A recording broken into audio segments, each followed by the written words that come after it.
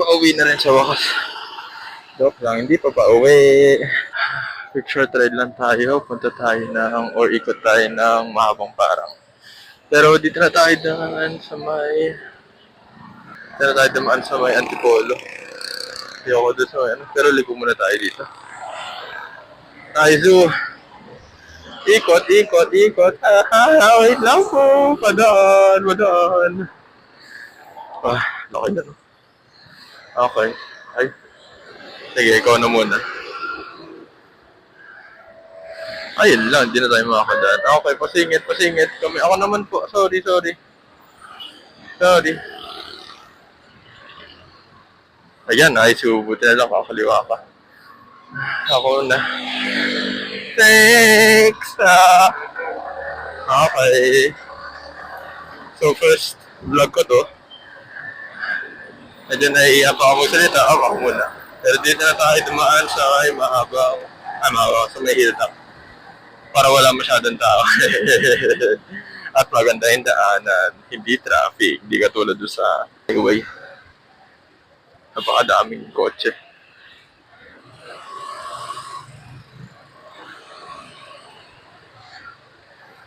Meron masarap na kapihan dun. Cafe Infinite yung pangalan. Lagi kong in-order dun is yung almonds yata. Almonds pa pangalan. Limutan ko. Okay, okay tayo. Nawala yung araw. Buti na lang. Sarado na tayo kasi sarado na tayo ng visor kasi feeling ko puro hangin na maririnig nyo. At ayoko nila makita, nagbo-vlog ako. Sana di halata. Naiya ako. Sana naririnig ako. Ewan ko lang kung hindi ko pa kasi natatesting itong binili ko mic. Ang setup ko kasi ngayon is naka-iPhone ako. Naka-strap dito sa dibdib ko. Tapos may binili ako sa Lazada na mic. Bluetooth siya or wireless siya. May isang adapter na nakakonect sa may iPhone. Tapos may mic na kasama na wireless. Pag inan mo yung mic, sabi doon automatic na magkoconnect na yung mic doon sa may adapter na nasa iPhone. Ewan ko lang po, hindi ko pa kasi try na magaling. Ito pala yung pinaka-test. Mic test, mic test. Mic test, mic test. I like to move it, move it. I like to move it, move it. I like to move it, move it. I like to move it. Sa first vlog natin, bibigyan ko na detail na ang motor is XSR 125. Wala siyang ABS hanggang ngayon, di ko alam kung bakit wala pa rin nilalagay Yamaha. Well, yung sa Sniper din naman, para recently lang nagka-ABS yung pinaka-latest version. Pero ito, ewan ko ba, para 2020, 2021, 2022 version. Hanggang 2023 version, walang ABS. Wala ka masyado pinagbago, puro kulay na yung Yamaha. Pero maganda, retro looks and classic. Masarap pa naman sa feeling mag-ride sa gabi. Oh, yeah, bigla tumigil si Lili.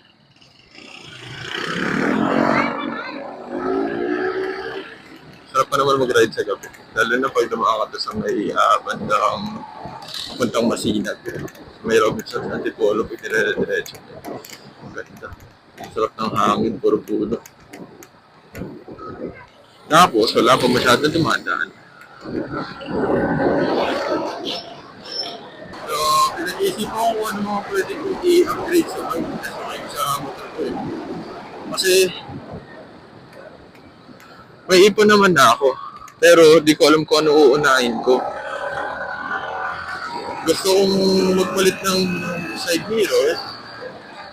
Kasi, gusto ko sana bar end na medyo mas malaki. Mas malaki kaysa dito. Kaysa dito sa side mirror ko na. Tapos, gusto ko rin sana bumili ng crash guard para siyempre kung matumba. Eh di okay lang, di masyado grabe yung damage. Or, ano ba? Kung baka pwede upgrade. Panniers. panis. Paniers. Pag Capbox, parang hindi bagay. Well, sa practical viewpoint, oo, maganda siya. Pero, wala na, hindi ako nagagamit. Hindi ako napapagayan pag may top box yung katulad ng motor ko. Siguro kung depende sa style siguro, sabihin natin yung katulad na binanggit ko, Paniers. Sa gilid naman yun, parang leather bag na nakasabit sa gilid. Siyempre mahalaga naman yun. Para more storage din. Talang hassle pag pasukan na. Dami mga bata naglalabasan. Mga sarap sa gasaan. Joke lang po. Ay! Sarap maging bata. Sold maging bata. Mga panahon wala kang iintindihan. Hindi mo kailangan may trabaho para sa pera. Kailangan ko lang pumasok ng school. Nabibili ko na mag-school. Totoo pala yung sinasabi nila dati na sulitin ko na daw yung pag-aaral ko, yung pagiging high school kasi walang araw hahanap-hanapin ko yun kung mamimiss ko yung pagiging estudyante. Hindi ako naniwala nun, iniisip ko, nakakatamad mag-aaral, bakit gusto ko na makapag-trabaho tapos magkaroon ako sarili kong ipon o pera, gano'n. Para na mabili yung mga gusto ko. Pagdating ngayon, eto, meron nga ako pambili ng mga gusto ko, wala naman ako oras para enjoyin pa. Lalo na yung mga PC games. Shit! Dami kong gustong bilhin na games dati pero di ko mabili. Ang dami ko nang pwedeng mabili na games, di ko naman malaro. Saklap! Pigati! Bakit gano'n? Sorry, ako muna.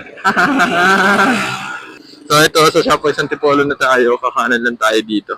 Kasi may lagusan dito papuntang Mahabang Parang. Meron din naman sa May Angono, pero gusto ko dumaan dito sa Antipolo. Kasi umaya meron tayong dadaanan na mahabang daanan. Masarap mabilis. Di pa naman ako nakakapag-big bike. Di pa nakakapag-pa-under eh. Hanggang 155cc pa lang pinakamataas na cc na nahawakan. Kaya makaabot ako ng mga 100 plus kilometer per hour, tuwan-tuwa na ako. Hindi ko pa na-XP yung mga easy 120 sa mga big bike. Walang araw ma-XP natin yan. Ang bala ko ng big bike is kung sakaling mabibili ako. O malayo pa, tayong pangarap pa. Kasi mahirap mag-ipon. At gugustuhin ko munang mag-ipon para sa business. Or kung saan man pwede magkaroon ng stable na income. Pero pag bumili ka naman ng big bike, hindi naman doon matatapos ang gastos mo. Doon pala magsisimula yung gastos mo. Lalo na sa amount ng pag-consume ng gas. Matakaw yun. Kaya hindi lang yun, hindi pwede doon, hindi doon pwede na 500 sa isang linggo. Kada ride, malamang doon, kada ride mo, abutin ka ng mga siguro 500 sa isang ride. Depende pa yun kung anong motor kung anong big bike yung bibili mo. Tsaka kung bibili mo na ako ng big bike, hindi ko ipang daily. Bukod sa magastos na siya, hindi siya preferred or recommended sa lagay ng traffic ng Pilipinas. Well, siguro sanayan lang, pero may enjoy ko siya pag long ride. Pag yung kunwari, mga weekend rides, ganyan. So yung mga mga option ko, dream bike ko talaga is XSR 900, yung Kuya Neto. Kaso malayong pangarap pa yan. Kasi alam ko mga nasa 500 plus yata yung brand niya nun. Pero hindi muna yun. Kasi syempre hindi pa naman ako beginner pa naman ako pagdating sa big bike. Maganda i-gradual natin. So ang naisip ko ngayon either titripan ko ngayon yung CF Moto eh. CF Moto NK450 or yung sports version niya na 450 SR. Maraming nagsasabi na pangit daw yun or parang hindi siya katiwala kasi Chinese brand. Pero based naman sa mga nakakikita ko na review, parang okay naman siya. Siya kasing tagal ng mga Japanese bikes sa Pilipinas na mula pa ng mga 19 o 1800s yan, 1900s di ko. Alam ko parang mga nasa less than 10 years pa lang siya nasa Pilipinas.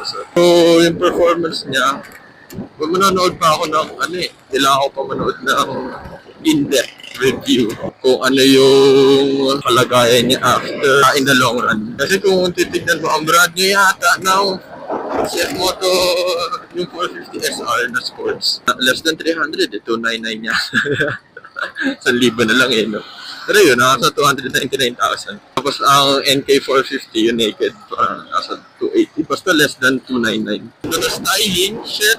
Ganda talaga na styling. Ganda ng design. Para siyang Transformers sa unahan eh. Yung hulma nung headlight niya, yung pagkakagalan. Naiyak ako naman yung kamay ko. Hindi ko lang alam talaga, sana talaga nagre-record tong mic ko. Pag ito hindi nagre-record, shit, sayang yung laway ko. Ang tatawag ko pala sa ride natin ngayon is, dahil short ride lang siya, quick ride lang paikot ng habang parang quickie.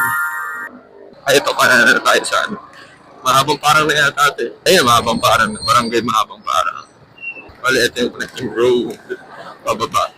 Wala Antipolo, pababa tayo ng Angono. Ayun na, ito na. Ayun.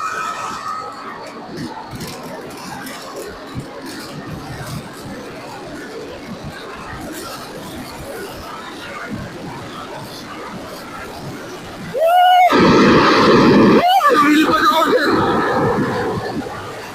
Wanted. Ano ba yan? Ako na. Nahangin ako ang puti. Hinihila ako patalikod eh.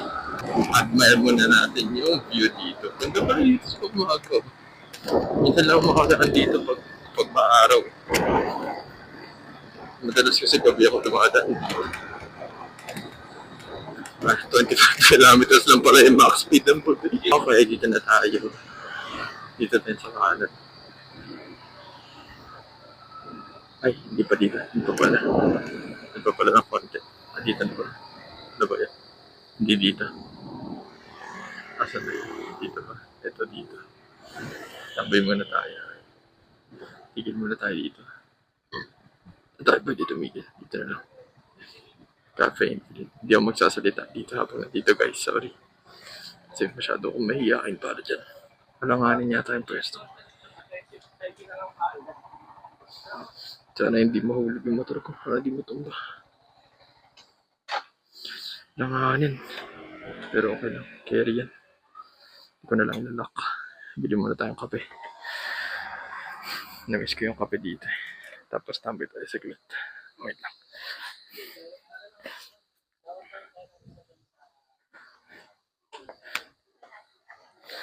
Magkano ba ito?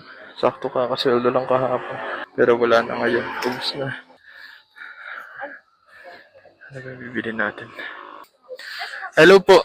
Ate, isa po nung roasted almond po. 40 po. Dine-in po. Subscribe na lang po. Sige po. Thank you po. Ngayon, saan tayo upuan natin? Saan tayo po? Dito na tayo. Mainit lang. Dito na lang.